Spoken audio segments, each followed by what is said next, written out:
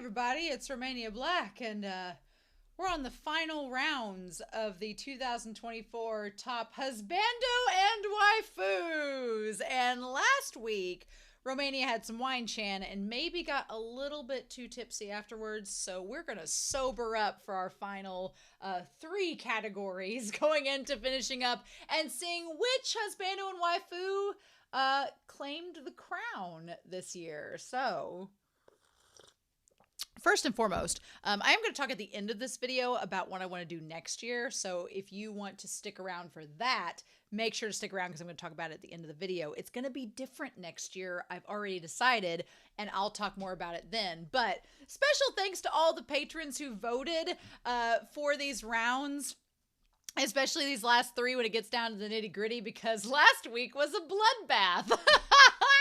The last round was absolutely horrifying, and I'm glad that I got to sit back, crack my knuckles, and be like, all right, guys, you vote for the ones that are going to win. But then it's a double-edged sword because now I have to go in through and explain all of them and try to justify your decisions. So cool.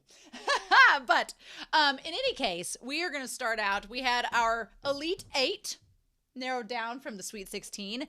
And so we've talked about loyalty. We've talked about physical intimacy. We've talked about communication. Those are all three very important qualities a husbando or waifu should have. But then it was like, well, what else do they need to have? Well, you know, unfortunately in society today, in our modern world, we are unfortunately driven by capitalism in many senses of the word.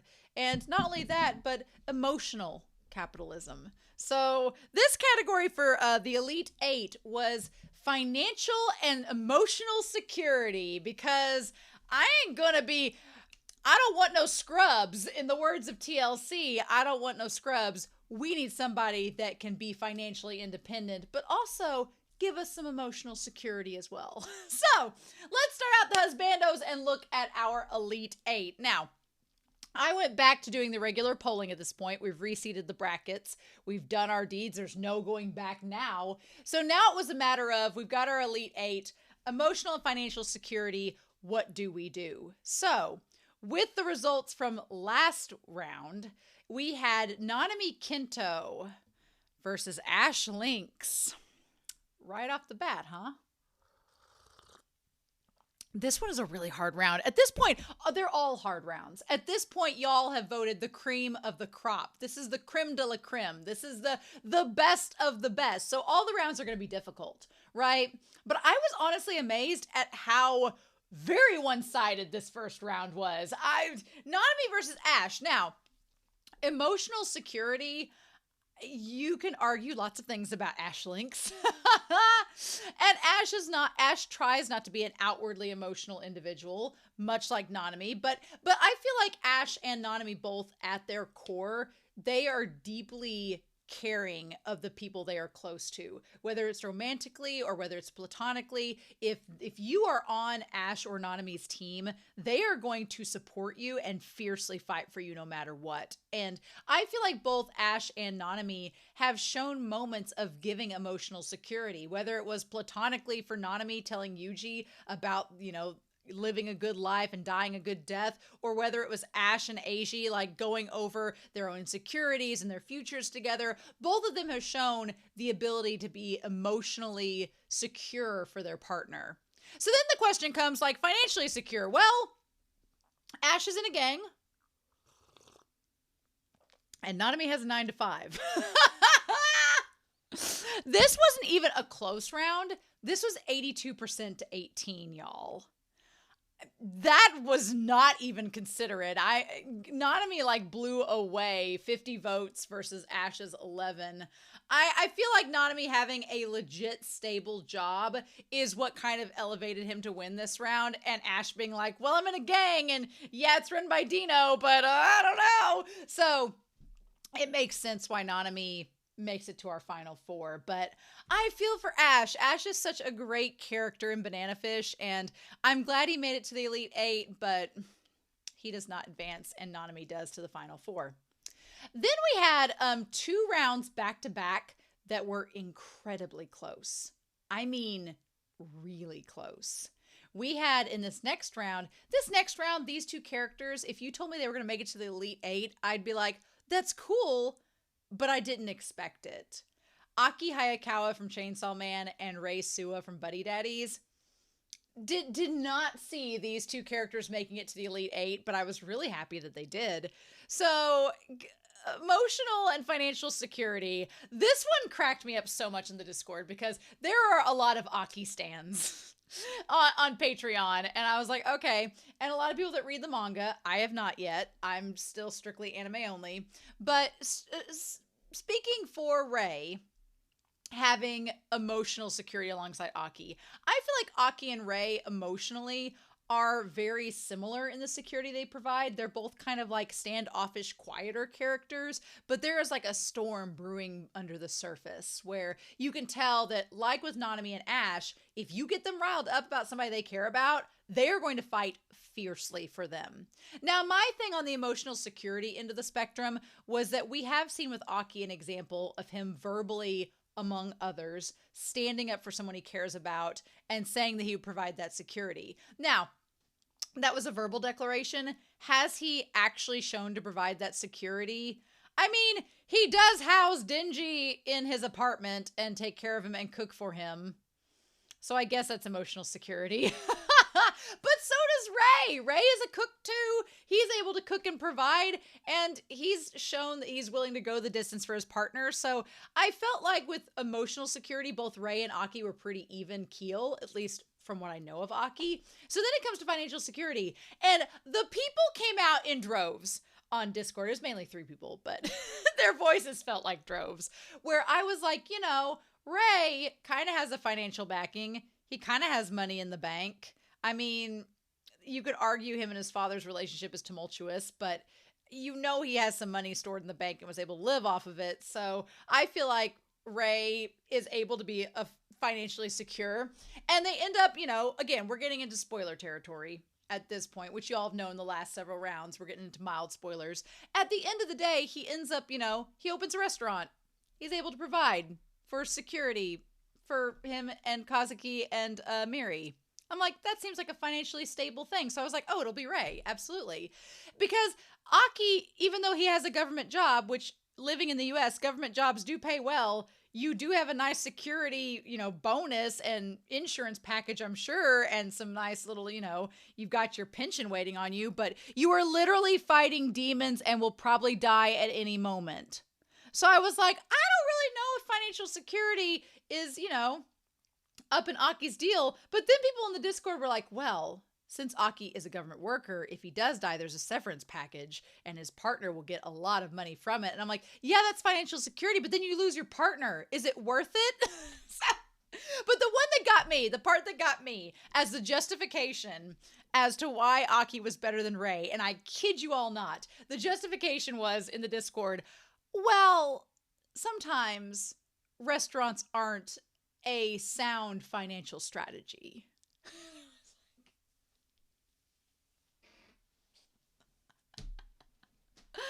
So the fact that restaurants might be a bad business endeavor versus getting potentially killed by demons every week or you know, curses or whatever every week is justification for financial security. All right. I was like, they could have a bitchin' insurance package with that restaurant too. We don't know. But I was just like, oh, we're going to go that route. We're going to go that route. I was just like, the moment somebody was like, well, being a restaurant owner is a gambling business. I was like, oh my God. I feel like no matter what was going to happen, the Aki fans were going to support Aki. And maybe when I get to the manga chapters that haven't been animated yet, I will have a better understanding of Aki's character. But it honestly was freaking close. It came down to 51% versus 48%. 2 votes separated Aki and Rei in this one, with Aki winning. So close. And I was like, ooh. So you know what? Fine. Let Aki win this one. And someone also said like that Aki's apartment that they has, they're like, I bet that cost a lot of money. And I was like, that doesn't mean he's financially secure. He might be making bad decisions. But fine. You want Aki to win?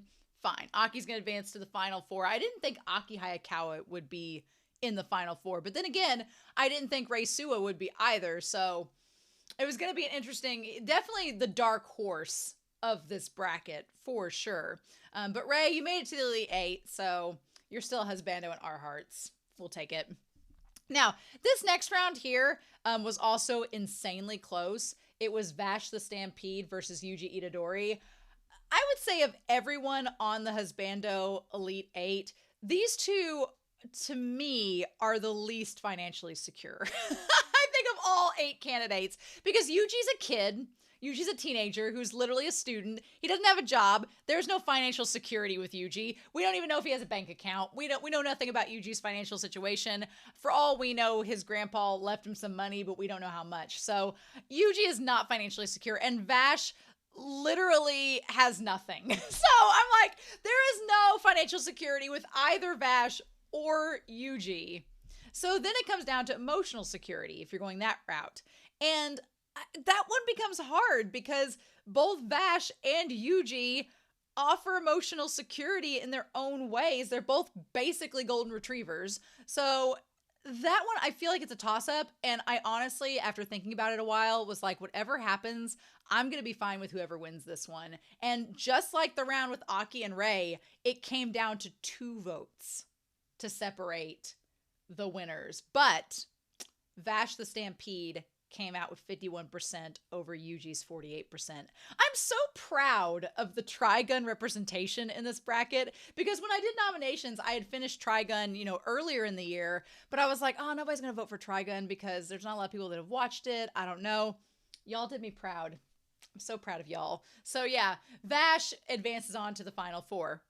Fitting. Vash is an amazing husbando. Absolutely. Then we have our last round of the Husbandos of the Elite 8, and that is Lan Wangji versus Sasaki Shumei. Now, this is kind of in direct converseness to Yuji and Vash. Yuji and Vash, both emotional support golden retrievers, but Lan Wangji and Sasaki Shumei, so much emotional security. Like, those two, you could open up any BL or any Danmai, and I'd be like, yes, please. Give me Sasaki, give me Lan Wangji, any day, all day, every day. They're different characters with different personalities, but they both provide emotional security in kind of this like stoic and anchoring sense. Like Miyano and honestly, Miyano and Wei Wuxian, kind of similar in that regard, where Wei Wuxian and Miyano both have insecurities about themselves and curiosities about, how they are in this relationship with the other. And Sasaki and Lan Wangji kind of ease those concerns. Lan Wangji and Sasaki are literally anchors of their relationship, and it's kind of amazing how similar they are, and for them to end up in the final 4 or in the Elite 8 against one another is pretty epic.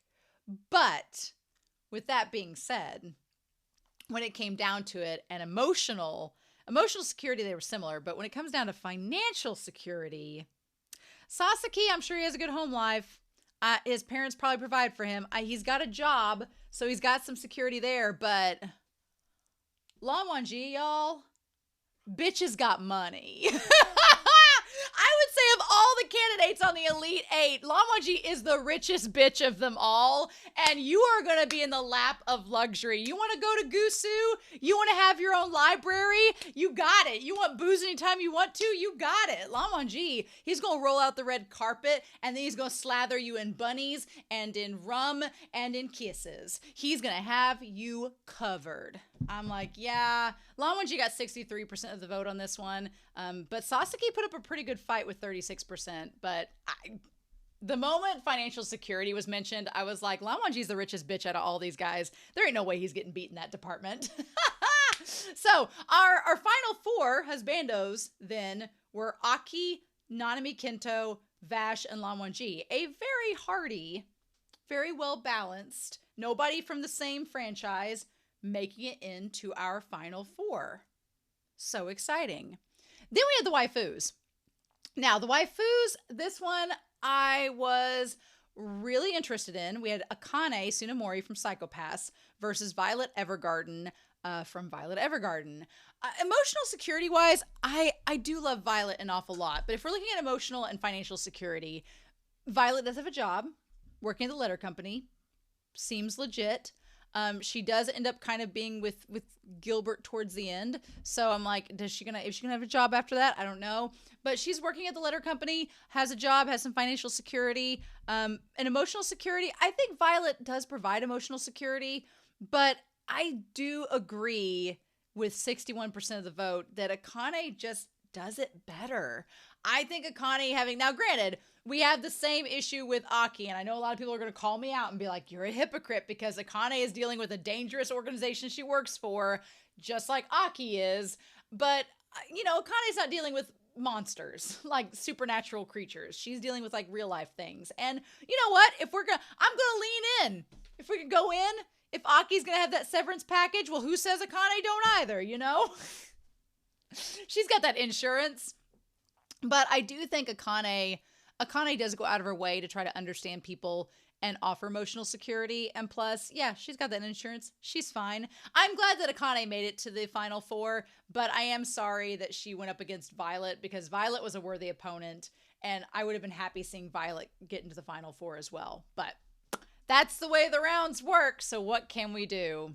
Then we have kind of an old school waifu versus new school waifu. We had Toru Honda from Fruits Basket versus Yor Forger. And I really think this came down to financial security because Toru and Yor are both sweethearts. They are both so caring and affectionate and devoted to the people that they are close to. And you could argue that both Toru and Yor would be absolutely wonderful companions and would be emotionally secure for you. But when it comes to financial security, if you've ever watched the first episodes of Fruit Basket, yeah, Toru's homeless. She's a homeless high school student that mooches off a family. So I love me some Toru Honda. She's one of my favorites. But I was like, girl ain't got some money in the bank, or if she does, she ain't talking about it much. But yours a freaking assassin. Girl makes bank. She's good. She'll be able to protect you and give you a hug at the end of the day. So I am not surprised that Yor had 60% of the vote. I'm so sad Toru didn't make it to the final four, but Yor pretty much delivered in this round, so we can't blame her for winning, right? Then we had, at this point, when we did the matchups, I'm so glad that it worked out this way, because one thing going into the final four is that I kind of wanted the final four to be characters from different franchises, because that's how it should be. And so we had 2 characters from Fullmetal Alchemist and 2 from Jujutsu Kaisen make it into the Elite 8. Now, we had 2 from Jujutsu Kaisen make it into the Elite 8 of the Husbandos, but the bracketing just didn't work out that way. Yuji and Nanami were not up against one another, which Vash ends up beating Yuji, so it doesn't matter. But here, it did work out, and I'm kind of glad that, as fate would have it, our 2 Fullmetal Alchemist characters and our 2 Jujutsu Kaisen characters faced up against one another in the Elite 8, which is nice. Only one can go on to the final four. We're not going to be like throwing a giant, we're not going to have a giant, only, Fullmetal Alchemist characters in the final four. So we had Riza Hawkeye versus Winry Rockbell. Now, granted, it has been a long time since I've watched Fullmetal Alchemist, but Riza and Winry, to me, I think both female characters clearly show emotional security for the people they care about. And they both honestly have secure jobs. Winry has a freaking auto detail shop, basically. Girl is making her own income. She's fine. And Riza works for the military, so she's got a pension going. So both women are actually financially secure and emotionally secure. So to me, it's a really hard call, but what I think makes it to where Riza took 72% of the vote versus Winry's 27% is that I feel, in my opinion, looking back on the series, we get so many more examples of Riza being the emotional and financially secure person than we do Winry. I think Riza just gives us more options, more content, and I think that's what people remember the most about it. Not saying that Winry is any less emotionally or financially secure, but we just get more out of Riza's character in the series. Or at least that's how I took it. Y'all may comment down below your opinions on that. But Riza Hawkeye, she makes it to the final four. Or maybe people realize, they're like, which one do we think is going to stand a better chance in the final four? And we voted for Riza. Who knows? But That leaves our final round of the Elite Eight, where we have 2 Jujutsu Kaisen characters. We have Maki Zenin and Miwa Kasumi. Now, I think that Miwa, emotionally being secure, I think Miwa, if you're looking on the romantic scale, I've not read the manga for Jujutsu Kaisen. I've only read volume 1 of the manga at this point, and I've only watched seasons 1 and seasons 2. I think emotionally, Miwa is very secure. She's someone that wants you to feel secure and would devote herself to you. But I think Maki would too. I think it's interesting that I feel like similarly to Riza getting, more screen time than Winry and that influencing a vote, I feel like Maki has maybe more screen time than Miwa at this point, and we've seen Maki interact with more characters and show that security, so that could influence the vote. In terms of financial security, we don't really know a lot about Miwa, which is kind of the problem. At least from seasons 1, seasons 2, I don't know a lot about her. So maybe she's like, for all we know, she's just, from a mediocre family and that's it. Maki, even though Maki is maybe like kind of shunned by her family, she hasn't been kicked out and she wants to control the family dynasty and take over. So if she's capable of doing that one day, then bitch is going to have a lot of money. So the Zenins have got money. So I feel like if Maki does end up being the clan leader one of these days, then you're going to be financially secure. So I feel like there's a lot more potential with Maki in terms of security. So I feel like that's why she took 70% of the vote. Miwa took 29%. It's very interesting. Both of our female characters from Full Metal Alchemist and Jujutsu Kaisen both won and lost by very, very similar margins. But so yeah, our final 4 waifus are Akane Tsunemori from Psycho Pass, Yor Forger from Spy Family, Riza Hawkeye from Full Metal Alchemist, and Maki Zenin from Jujutsu Kaisen. Maki's always been a contender. She has been. Maki has been a contender, as well as Riza, since the conception of this waifu and husbando bracket. But I'm glad to see Yor and Akane take their rightful place up there. I feel like it's warranted. So that was the Elite 8, down to our final 4. Now, the final 4, I was like, what could this category be? And we've talked about security, we've talked about loyalty, we've talked about attraction, we've talked about communication. So that's all about characters and how they interact with us if we were their partner. So the final 4 question to determine the last 2 would be, which character has a solid foundation? Meaning, for the final 4, are they able to stand on their own and be responsible for their own wellness? As RuPaul on Drag Race said, if you can't love yourself, how the hell are you going to love somebody else?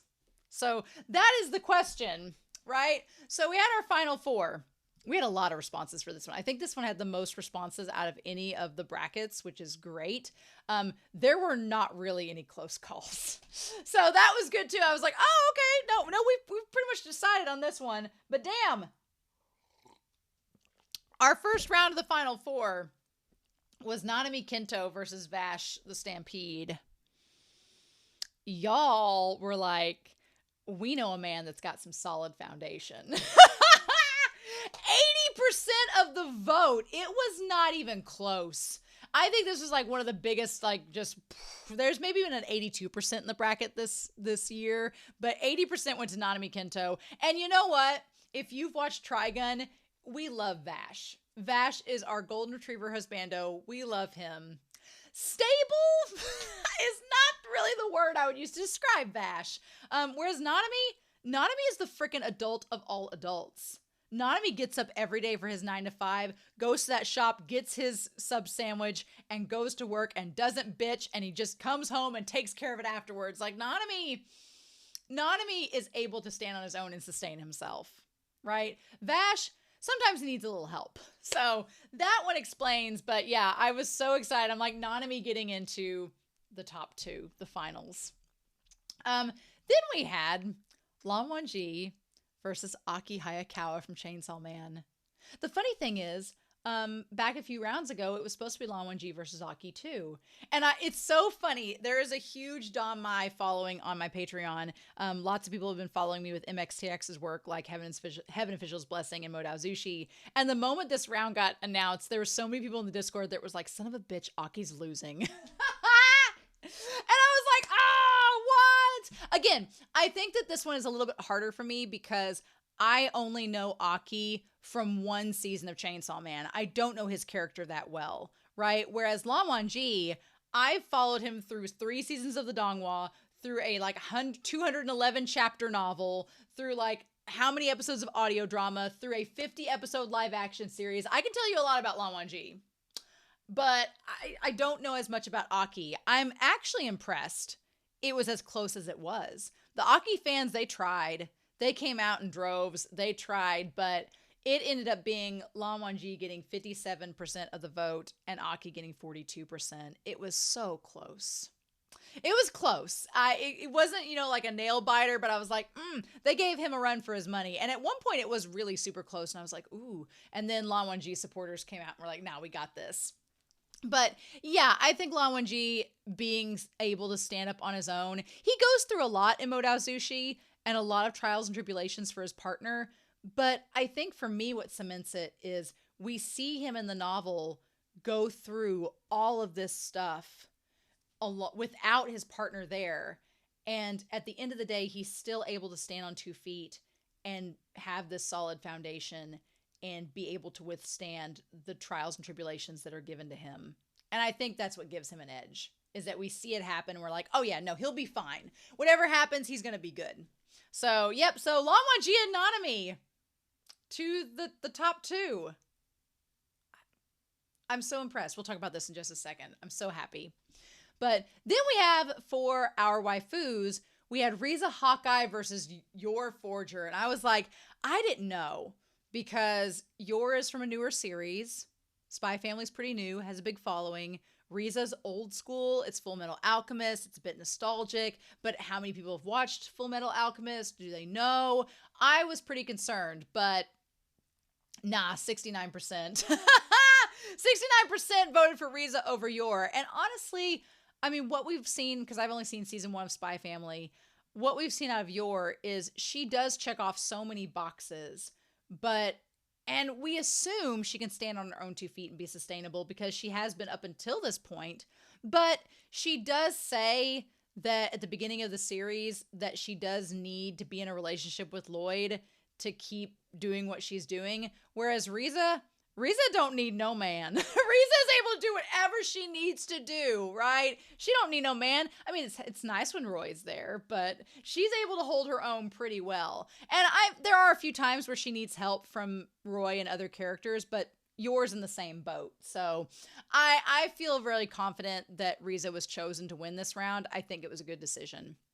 And then the final round was Aane Tsunemori versus Maki Zenin. This one was kind of like Aki and Lan Wangji. I felt the exact same way. I was like, I kind of wanted Aane to pull it off because I really love her character in Psycho-Pass. But Maki these Maki fans, y'all on Patreon, they were not having it. They were like, no, 55% to Maki, 44% to Aane. So it was really close. And you know what? I feel like Maki is maybe a little bit more badass than Aane. I feel like both Aane and Maki would be able to hold their own and be fine. They're both smart. They're both self-sufficient.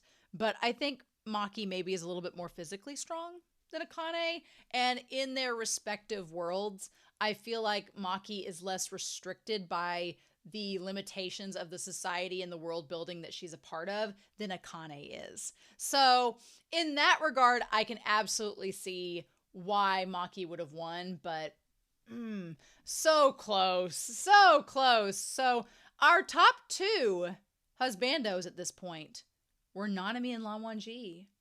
And our top 2 waifus are Riza and Maki. The badass scale, y'all, is off the rails. The badass scale is off the rails. So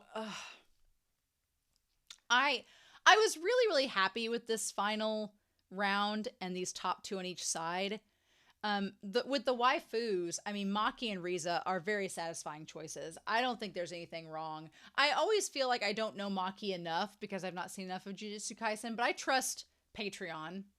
They know what they're doing. And Riza, I always anticipated her moving up through the ranks, so good for Riza.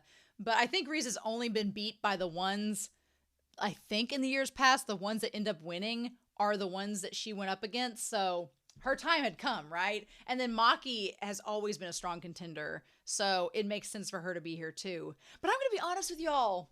I'm going to be honest with y'all about the Husbandos, okay? I'm so glad that I went with this route of letting you all choose the Husbandos, because for the last 3 years, I kind of have wanted Nanami to get up to the top, and I've wanted Lan Wangji to get up to the top, but I was always afraid that I couldn't justify it correctly, and people would be saying, oh, well, Nanami got to the top because you really like his character, or Lan Wangji got to the top because you really like his character. And I always felt like I had to kind of limit how I talked about them in previous years, because I was like, oh, well, I think that they would be a good choice, but I don't want to sound like I'm being like having favoritism, so I guess they won't make it any further. You all cemented that Nanami and Lan Wangji are amazing characters, and that they are great husbandos and worth being voted on. You all cemented that, and I felt so happy seeing them rise up through the ranks as the weeks went on. I was like, yes. Yeah, I felt justified in my liking and views of them as top husbando material. So I was super happy. At this point, I always do the final round of the Husbando and Waifu brackets as the combination round. For the final round, we're looking for the overall package: loyalty, affection, communication, security, and personal well-being, and that you would most likely want as a partner. And so this was an interesting round. The husbandos were much closer than the waifus. So let's talk waifus first. Because this one wasn't as close. I feel like if we're looking at Maki and Riza, if we're looking at loyalty, no question both of them are loyal. Do we maybe see more examples of loyalty with Riza than Maki? I think so. Maki does kind of dissent from her own clan, but she has reasons, but that's something to take into consideration. But Riza, she has moments of questionability too, but I think Riza gives more examples of being fiercely loyal. So I would put the loyalty kind of more in Riza's favor than Maki. Then we have the question of physical attractiveness and physical affection. I think Riza too has shown more examples of being physically affectionate than Maki has, so I'd give it to Riza as well. Then we come down to communication. Now I think communication, Maki and Riza both do a very good job, but again, I think Riza communicates a little bit more in the series than Maki has, or more effectively, but Maki does a good job as well, so I don't want to dissuade her from that, but I still think Riza kind of edges her out there. Then financial and emotional security. This is the one I think you get a little bit closer with, because Maki coming from money and Riza having the government job, both of them being emotionally secure for their partners, I think they kind of tie for me in that regard. And then you have the sustainability and stability. I think they both kind of tie in that as well. So, but still, that puts Riza ahead 3 other categories, whereas her and Maki kind of tie in the other 2. So y'all clearly agreed with me. I felt like Riza deserved to be top waifu, and y'all agreed with 61% to 38%. So Riza Hawkeye, our blonde beauty, is our top waifu of 2024. Ha ha! Yes! I was like, Riza, you finally made it. You finally made it top waifu. I know people have wanted for years for her to be top waifu, and I'm like, she deserves it. So then we have, we're down to the final 2 husbandos. This one was close. This one was close, y'all. It was very close. It was down to 5 votes. 5 votes separated the 2 of them. But if we look at Nanami versus Lan Wangji, if we look at loyalty, I don't know. Here's the thing. I think loyalty-wise, you might give it to Lan Wangji. Because Lan Wangji doesn't waver in his commitment, whereas Nanami, Nanami kind of quit his job for a while, but that doesn't really tie to loyalty. But I feel like Lan Wangji maybe has more solid examples of being with a partner and being loyal, so we might give that one to Lan Wangji over Nanami. I'll give you that. Then you have physical affection and care. Yes, I think that Nanami would offer that, but I think that we have been shown that Lan Wangji is going to give you some physical affection and care. Let me tell you. Whether you want it or not, you get it out of him, he's going to give it to you. So I think Lan Wangji has that category as well. Then we get to communication. I would give communication to Nanami. Lan Wangji does communicate, but you got to drag it out of him. He is not a communicative character, and that works great for Wei Wuxian. Bless him, but I need someone that's direct and communicative, and Nanami is that. I feel like Nanami has got that in the bag, so Nanami definitely wins the communicative aspect. Then we have the aspect of being financially and emotionally secure, and I think both of those characters do an amazing job with that. And so would I maybe give Lan Wangji a little bit of the edge in terms of emotional and financial security? I mean, he is coming from a royal wealthy family. Maybe he has shown examples with his romantic partner of being emotionally secure. Yeah. So maybe would edge it out over him. And then you have the idea of stability and sustainability of their character and their well-being. And I think that both Nanami and Lan Wangji are both sustainable characters that are able to take care of and have good personal well-being. The only way I would give Nanami the edge up on this, though, is because Nanami, even in his moments of despair, he kind of just like sucks it up and goes, okay, we'll deal with it. Whereas Lan Wangji would go through a period where he kind of does some actions that get him in a lot of trouble and physically hurt himself. And I'm like, I don't want you to do that, man. Don't do that. Don't hurt yourself. Don't cause all this pain and suffering for yourself. But he does. So I would kind of give Nanami the edge over that. But looking at the 5 categories, you have Lan Wangji with loyalty, physical affection, and financial security, and Nanami with communication and sustainability. You would think that would give Lan Wangji the edge. And so looking at this poll, I was like, ooh, what do we do? But then there was a commenter. And I don't know if it was Sarah Linda or who it was exactly. I'd have to go back and look at the comments. But I remember they were like, actually, I think that I would choose Nanami over Lan Wangji because it says, and that you would most likely to be as your partner.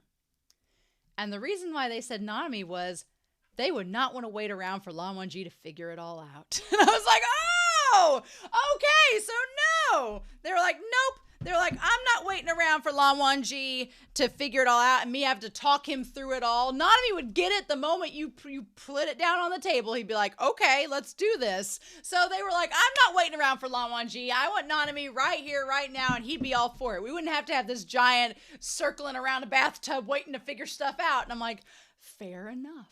So this was a really, really close poll, and I would have been happy either way, but I let y'all choose. And the blondes have more fun, clearly, because Nanami ends up winning 53% to 46%. So my man Nanami, my adult of adults, our adult. 2024 is the year of the adult of adults. Riza Hawkeye, the adult of adult waifus, and Nanami freaking Kento, adult of adult husbandos, has won. Our blonde reign has begun. Our king and queen is so weird because year 1 we had Yona and Hawk from Yona the Dawn be our champion pairing, and then last year we had Hua Chong and Shi Lien be our champion pairing, and this year we have a Jujutsu Kaisen character and a Full Metal Alchemist character that are in no way, shape, or form tied together unless you start writing the crossover fan fiction right now, which, lock it on AO3, I'll read it. Sorry, Roy. Riza's leaving you for Nanami, bitch. So I was so happy to see them both win. Long may they reign. Yes, and long may they reign, because I told you all about next year that I'd talk about it at the end of this video. But I realize I've done this Husbando and Waifu bracket for this will be the 3rd year doing it, and it's been a lot of fun. It is a lot of time and effort to put it together, but I noticed something this year, and it really put some things in perspective. I noticed that some of the polling rounds, we didn't have nearly as much turnout on Patreon. And so I asked Discord, I'm like, why are the votes so down? And a lot of people said, well, when it comes to the polls, I don't know some of these characters, so it makes me uneasy to vote for them. And I was like, yeah, that's such a good point. I'm watching a lot of anime now that is kind of spread out in different genres and all that stuff. So not everybody's seen it, and it makes it hard to feel like you can vote fairly when characters are pitted against characters you don't know. So, Nanami and Riza will round out, for now, our Husbando and Waifu brackets as we know it. They'll be our reigning king and queen for an indeterminate amount of time. Next year, instead, what I would like to do is do an awards show style top Husbando and Waifu. The Husbando and Waifu Awards of 2025. So next year what we'll do is do kind of like an Oscars, Grammys, sort of award style show where we have different categories. You all will get to nominate the top contenders, and then you'll get to vote for the contenders that end up winning. So I'm super excited about that. I think it's going to be a lot of fun. I think we can have multiple categories like most financially secure, like best kisser, like hottest, kinkiest other things. Like we can have a whole stream of categories, have a lot of fun with it, and I think it'll be a good time. So, plus, if I get my nominations around October, November, then I can work in December on getting the video and stuff ready and then have it out like at the end of January. Or in February at the end of January. So that's my plan. So if you would like to be able to nominate for next year's awards show recipients and winners, then stay tuned, be a patron around October, and we'll start doing like the nominations and then get the categories up and running in November and December to get the videos ready. So I hope you all enjoyed this year's Husbando and Waifu brackets. It was so much fun to watch the polls, see who you all voted for, and I'm so happy for the winners. My boy Nanami, he won. Yes! Thank goodness. Oh, long may he reign. And Riza too. Give that girl a crown. Bitch deserves a crown. So I'm excited to hear your thoughts down below. I hope you enjoyed these rounds, and I hope you enjoy the other extras and fun things on the channel that are yet to come. So I hope you all have a wonderful week. Please stay safe, take care, and yeah, I'll be back really soon with more reactions. Bye!